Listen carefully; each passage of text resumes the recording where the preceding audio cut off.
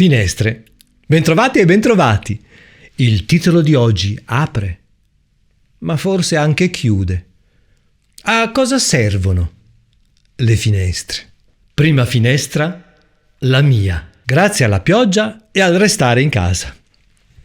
Ecco la foto che ha dato inizio alla mia ricerca. Ci sono foto che non puoi fare a meno di scattare. Telefonino e via. La finestra che ha dato inizio alla creazione del mio spettacolo su Vivian Maier è stata questa. E ho deciso di intrufolarmi in una sua foto. L'ho abitata. Incredibile sacrilegio. Vi faccio vedere.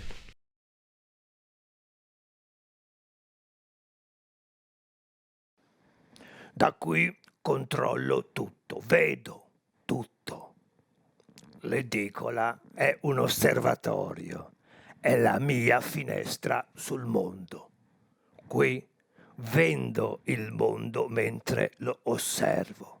Questa è la mia idea di fotografia. C'è tutto quanto, tutto quello che penso sulla fotografia. È una tendina che si apre. E questo succede anche nelle macchine fotografiche.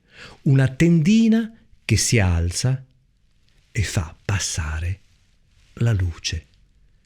Si alza il sipario, si va in scena, ci si apre alla luce per una manciata di centesimi di secondo. E fuori ci sono io che guardo il mondo.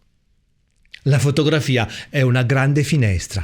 In più ha il vantaggio di essere mobile. Possiamo portarcela dietro, possiamo decidere cosa farci entrare e cosa lasciare fuori. Succede sempre che quando vado nelle case sconosciute di amici oppure di conoscenti alle feste, quando entro in un ufficio, la prima cosa che faccio è affacciarmi alla finestra. Non so perché, però guardare, curiosare, scoprire un punto di vista che non sia il mio solito. Mi affascina. Il primo ricordo di questa sensazione fu quando andai dal mio amico che abitava al piano di sotto. Ero piccolo, avrò avuto 6-7 anni. Lui abitava esattamente sotto di noi. Mi affacciai e dalla sua finestra vedevo un'altra cosa, un'altra città, un altro mondo. La posizione era la stessa, ma alcuni dettagli non c'erano più.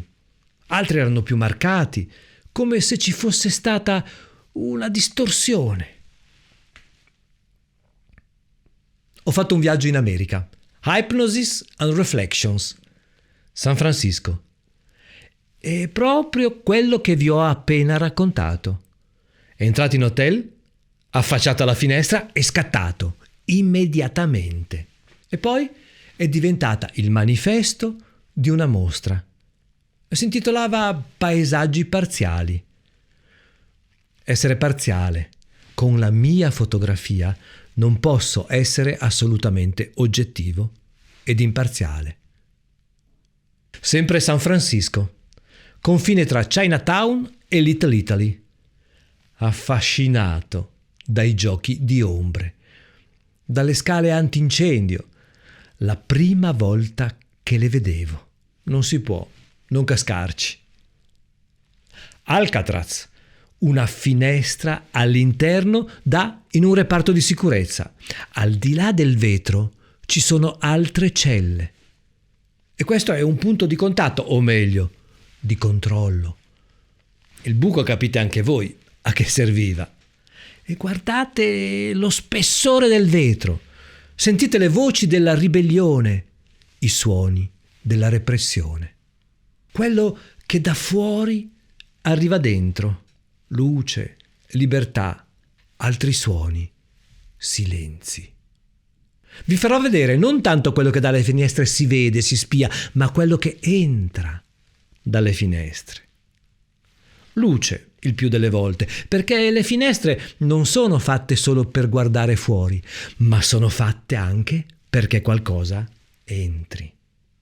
Il mondo, per esempio, l'aria, la luce, i suoni. City Lights, libreria di Ferlinghetti, la Poetry Room, la poesia che viene da fuori. E queste finestre mi hanno veramente fatto dannare per rendere visibile questa fotografia. È vero, mi piace tanto fotografare il controluce. Poi un pochino diventi più bravo e ti dà soddisfazione quando incominci a capirci qualcosa, è vero. Quando entri nella libreria, respiri un'atmosfera unica. Senti la storia del 68, di quegli anni là, la storia di una rivoluzione che continua, che continuava anche allora, che continua anche adesso. Cerco di passare in questa fotografia quelle sensazioni che ho ricevuto, la calma di allora e il tumulto di quegli anni. Chicago. Sono andato a fare alcune ricerche durante la scrittura dello spettacolo su Vivian Maier. Questo è il grattacielo del John Hancock Center e questo è il tilt. Su questa finestra basculante ci si appoggia quando è dritta. Poi un operatore aziona un meccanismo tra allarmi vari che risuonano e la finestra si inclina, scende e si affaccia sul vuoto. È bellissimo sentire le urla delle persone. È una sensazione forte, incredibile. Sei nel vuoto. Siamo in Francia. Una foto tratta dal mio libro su Vivian Maier, L'autre Vivian. Altra atmosfera. Vetri grandi. Saint-Julien-en-Champsaur, il deposito abbandonato di un falegname. In quelle pagine parlo dei vetri e del fascino che Vivian Maier ha sempre avuto per i vetri. Vetri aggiustati, riparati alla belle meglio, un poco come l'anima di Vivian Maier. Le finestre sono un taglio, una ferita che forse non si rimarginerà più. Questo ce l'ha insegnato il lockdown. Le fotografie sono delle ferite, soprattutto di notte. E siamo diventati tutti un poco guardoni in quel periodo. Quello che è difficile è avere la giusta discrezione per non entrare nelle case degli altri, ma nel medesimo tempo un poco guardarle, sorvegliarle. Ci siamo sentiti un poco tutti guardiani, anche degli altri, una sorta di premura, quasi per proteggere le persone. Mi sono illuso che anche altri guardassero dentro le nostre finestre. Finestra numero 2, Jean-Luc Sieff, Francia, conosciuto per le fotografie di nudo femminile, spinte ma mai volgari. Dai suoi autoritratti si capisce subito che tipo è.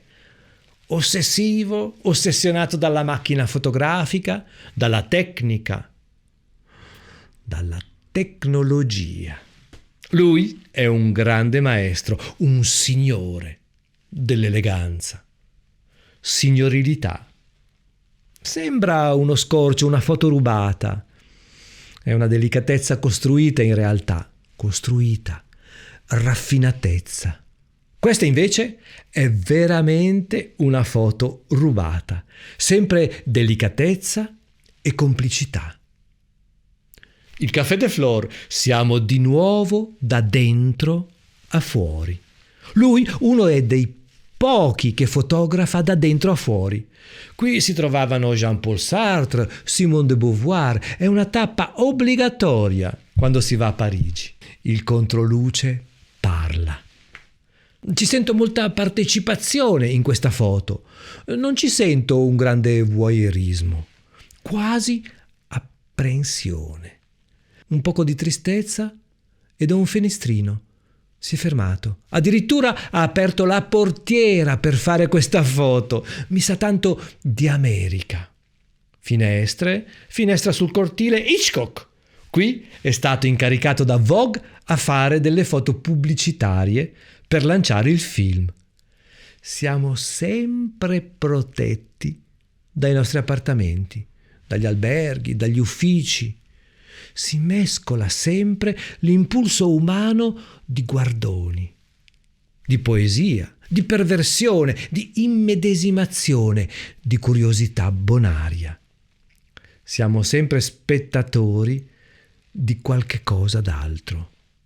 Uno stupore per una pioggia minuta di fenomeni dinanzi a cui spalancare le pupille, le bocche, le orecchie, le emozioni. La finestra è una metafora perfetta di questo sentire che si trasforma in racconto. In fondo serve sempre un palco per la rappresentazione, un'inquadratura, una profondità prospettica, un taglio, un fondale, una pagina, un quadro in cui fingere di entrare o magari entrarci per davvero, lasciando che tutto il resto, quel che rimane fuori, non ci tocchi. Le finestre funzionano come nuovi spazi di finzione, quadri nel quadro, teatri di un teatro. Apriamo la terza finestra. Rodney Smith. Lui odia le definizioni di fotografo e dice: sono cresciuto in una tradizione dove essere fotografo era un nobile perseguimento, era un esercizio fatto di amore e passione. E seguirlo era una difesa, un difficilissimo atto da portare a termine. Ci sono migliaia e migliaia di persone che scattano fotografie, ma pochi fotografi, perché si deve avere la visione, l'occhio e soprattutto qualcosa da dire. Questo è un suo autoscatto immerso nella luce. Le sue foto sono costruite, non sono foto spontanee, sono foto con personaggi, modelli, studiate, calibrate. Lui ha questo senso dell'ironia molto molto forte. Ci sentite anche voi l'influenza di Magritte, no? Sono tutti omini magrittiani, quelli che si vedono, e tutti guardano verso questi orizzonti misteriosi. E com'è studiata questa foto, eh? È l'uso creativo della finestra. Ma andiamo più sul mistero, su qualcosa di detto e non detto. C'è questa luce che illumina, invade. Dovrebbe essere molto precisa, molto forte, invece lui riesce a metterci in lontananza, allontanando il soggetto, quasi facendolo perdere nella polvere della luce, quasi quasi come se svanisse all'interno della luce. Ma è possibile svanire tra la luce? Sono finestre che parlano, queste. Finestra numero 4, piccoli mondi privati. Attenzione, qui entriamo in un progetto molto particolare. Shizuka Yokomizo, Giappone. Lei andava dalle famiglie, dalle persone e lasciava questa lettera che vi leggo. Cara sconosciuta, caro sconosciuto, sto lavorando a un progetto che riguarda persone che non conosco. Una delle prossime sere posizionerò la mia macchina fotografica fuori dalla tua finestra, nascosta da qualche parte. Se non ti disturba l'idea di essere fotografato, per favore, mettiti in piedi al centro della finestra e guarda fuori precisamente tra le 5 e le 6. Resterò lì per 10 minuti e farò una fotografia di nascosto, poi me ne andrò. Se troverò chiuse le tende capirò che non sei interessato. Lei intitola questo progetto Strangers e fotografa tra Berlino, Tokyo e Londra. Sono foto che parlano di una distanza fisica. È una distanza che non è una distanza, perché c'è una disponibilità e la disponibilità non è una distanza. Tante persone hanno accettato questa sfida di mettersi a nudo, di permettere di aprire le finestre della loro casa. Non c'è un legame, non c'è una relazione, non c'è un contatto tra i due. Intimità e riservatezza. Dura un attimo, poi scompaiono, vanno via. e sembra che siamo invitati all'interno di un'altra casa, di un altro appartamento. Addirittura c'è una famiglia. Quindi questa lettera è stata estesa a tutta la famiglia. La prima volta che l'ho vista, sì, mi ha toccato, mi ha commosso. E a voi? Non è bello che in una città come Londra, come Tokyo, ci sia una famiglia che risponde a questa proposta. Non è più una persona, non è più un singolo, ma è tutta la famiglia che dice: siamo qui, ciao ciao, e saluta il mondo, sapendo che verrà fotografata, che verrà probabilmente esposta questa fotografia. Andiamo invece su un altro approccio simile ma diverso. Qua la fotocamera viene posizionata proprio di rimpetto a un edificio. I residenti, in questo caso, sono consapevoli della presenza del fotografo. Qui c'è complicità. Il fotografo è andato prima a sistemare a casa loro i flash, i lampeggiatori, le luci, e loro attendono che vengano azionati. Loro sono intenti alle loro attività quotidiane. Anche qua sono consenzienti. Giorgio Barrera, un fotografo italiano. Vedete quanto si mescolano la distanza dell'autore, la sua discrezione, il suo voyeurismo e nel medesimo tempo gli permettono di illuminare la scena a casa loro durante tutta la giornata. Non sapranno quando verranno scattati. Per un attimo loro si mettono a nudo. Qui si mescola la coscienza di sapere e la spontaneità del vivere. Sono praticamente sotto osservazione. Fotografia allestita, preparata e fotografia diretta. Sono un poco come degli esseri al microscopio. Fanno la loro vita, girano, si incrociano e tac! Vengono analizzati. Si sente dove le persone sono collocate, il loro ambiente, ma non si mettono in posa. Loro sanno che prima o poi saranno catturati e forse saranno anche un poco violentate, ma sono consenzienti. Quando esprimono una loro intensità, una loro bellezza, allora tac! Fotografa. Però vedete, il risultato è che c'è molta discrezione. Viene restituita molta poesia. C'è anche una ricerca sul colore. Ed è documentazione e ricerca. Forse non è più fotografia, è antropologia. Apriamo la finestra numero 5. Qui si va verso un'angoscia delle città. Preparatevi, perché stiamo parlando di un fotografo tedesco, Michael Wolf, e forse l'avete già incontrato, l'avete già conosciuto. Andiamo a vedere i suoi angoli. Qua si parla sempre di finestre, ma in una maniera differente. Questi angoli parlano della violenza della grande città. Quanti siamo? Quanti siamo nel mondo? Quanti siamo nelle città? Tento sempre di capire come si fa a trovare degli spazi personali all'interno di queste realtà, che però hanno veramente alla fine una loro poesia. O se non è una poesia, è una loro estetica.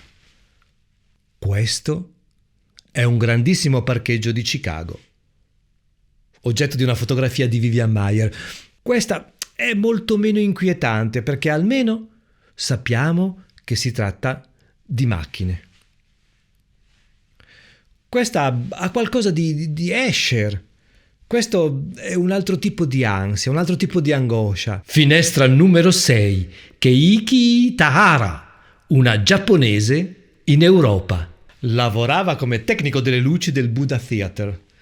Si trova in tournée a Parigi e quindi si imbatte in questa luce tagliente dell'Europa, dura e intensa. Lei non l'aveva mai vista e mai sperimentata in Giappone. Decide così di fermarsi a Parigi e comincia a scattare foto dalle finestre, tantissime foto. Parigi la fa restare lì 30 anni e comincia la sua carriera come fotografa. La sua prima serie di lavori si intitola Ville, che vuol dire città. La serie successiva invece si intitola Fenêtre, finestre. Premio come miglior nuova fotografa all'International Photography Festival di Arles. Queste sono le sue splendide finestre che ci raccontano tanta poesia, tanta commozione e tanta attenzione nei confronti del mondo. C'è molto cielo, molte nuvole, molto paesaggio. Anche la città è un paesaggio, ci racconta. Finestra da fuori a dentro, per ridere. Finestra numero 7, l'ultima. Passiamo ora invece alla mia preferita, Vivian Maier. Questa fa ridere. Lei riesce a cogliere dei particolari, dei momenti unici e spesso ironici. Queste erano le foto che ho scoperto facendo questa ricerca sulle finestre. Le finestre si aprono, le finestre chiudono. Servono a guardare fuori, servono a far entrare. Quando si apre una finestra c'è sempre una corrente nuova. Iscrivetevi al canale, attivate la campanella per essere avvisati all'uscita di ogni nuovo video. Per sostenere la mia attività produttiva potete leggere la newsletter settimanale senza francobollo. Anche questa è gratuita. E racconto, suggerisco, vi parlo. Andate su robertocarlone.it e aprite la pagina newsletter. Un modo per restare in contatto e restare uniti in questa piccola tribù che sta sempre di più crescendo. Grazie per essere stata o stato con me. Abbiamo parlato di Jean-Luc Sieff, di Rodney Smith, di Shizuka Yokomitsu, di Giorgio Barriera, Michael Wolff, Keiki Tahara e Vivian Maier, oltre alle mie. Le loro finestre ci hanno aperto a nuovi mondi. Un bacio da Roberto, al prossimo video.